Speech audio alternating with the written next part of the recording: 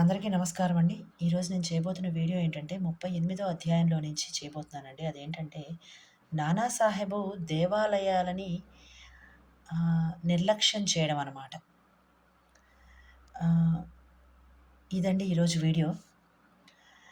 ఎవరికి తోచినట్లు వాళ్ళు మనము అనుకుంటూ ఉంటాము. అంటే మనమని కాదు, జనరల్‌గా మనం చూసినట్లయితే గనక ఆహ్, బాబా గారిని కొందరు మహమ్మదీయులంటారు, కొందరు బ్రాహ్మణులు అని అంటారు. అట్లా రకరకాలుగా ఎవరికి తోచిన రీతిలో వాళ్ళు చెప్పుకుంటూ ఉంటారు.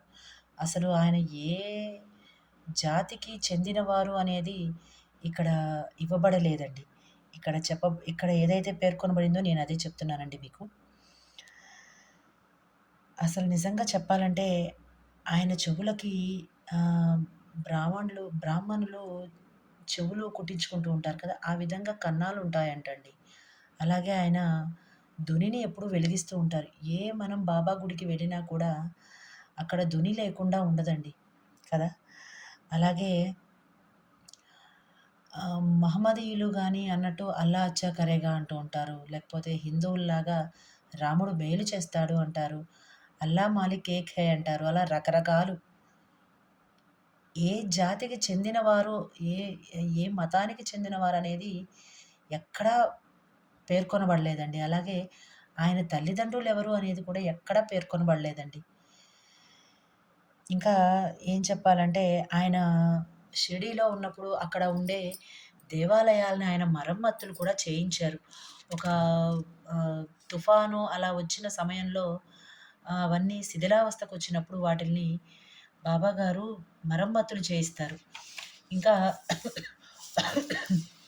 అసలు వీడియోలోకొచ్చేస్తే ఆహ్, ఒకరోజు నానాసాహెబ్ చందోర్కర్ అతని తోడల్లుడితో కలిసి బాబాగారి దర్శనానికై వెళ్తాడు.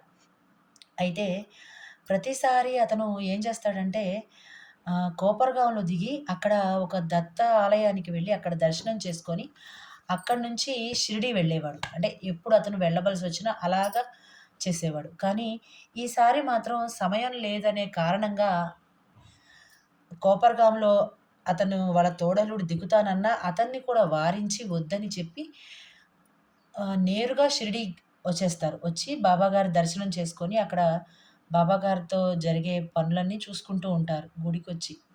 ఆలస్యం అయిపోతుందని జెప్పేసని అలా వచ్చేస్తారనమాట నేరుగా. ఈ విషయం బాబాగారికి అంటే ఆయనకి తెలిసిపోతుంది కదండీ! అలా తెలిసిపోయినప్పుడు బాబాగారు కోప్పడతారు. "ఎందుకు నువ్విలా చేశావు? నువ్వు ఎప్పుడూ చేసే పనిని నువ్వు చేయకపోగా ఇతన్ని కూడా చేయనివ్వలేదని" తిడతారు.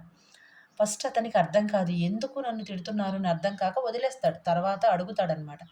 నేను చేసిన తప్పేమిటి? నన్నెందుకిలా కోపగించుకుంటున్నారని అడిగినప్పుడు చెప్తారు. "నువ్వెప్పుడూ దేవాలయానికి వెళ్ళేవాడివి. ఈసారి వెళ్ళకుండా వచ్చావు" అని.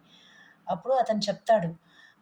తను గోదావరి నదిలో స్నానం చేస్తున్నప్పుడు ఒక ముల్లు గుచ్చుకుందని, అది గుచ్చుకున్నప్పుడు చాలా ఇబ్బంది పడ్డానని, తద్వారా అంటే ప్రయాణంలో ఎక్కువ సమయాన్ని ఎక్కడము, దిగడానికి వెచ్చించలేక ఇలా చేశానని అతను చెప్తాడు.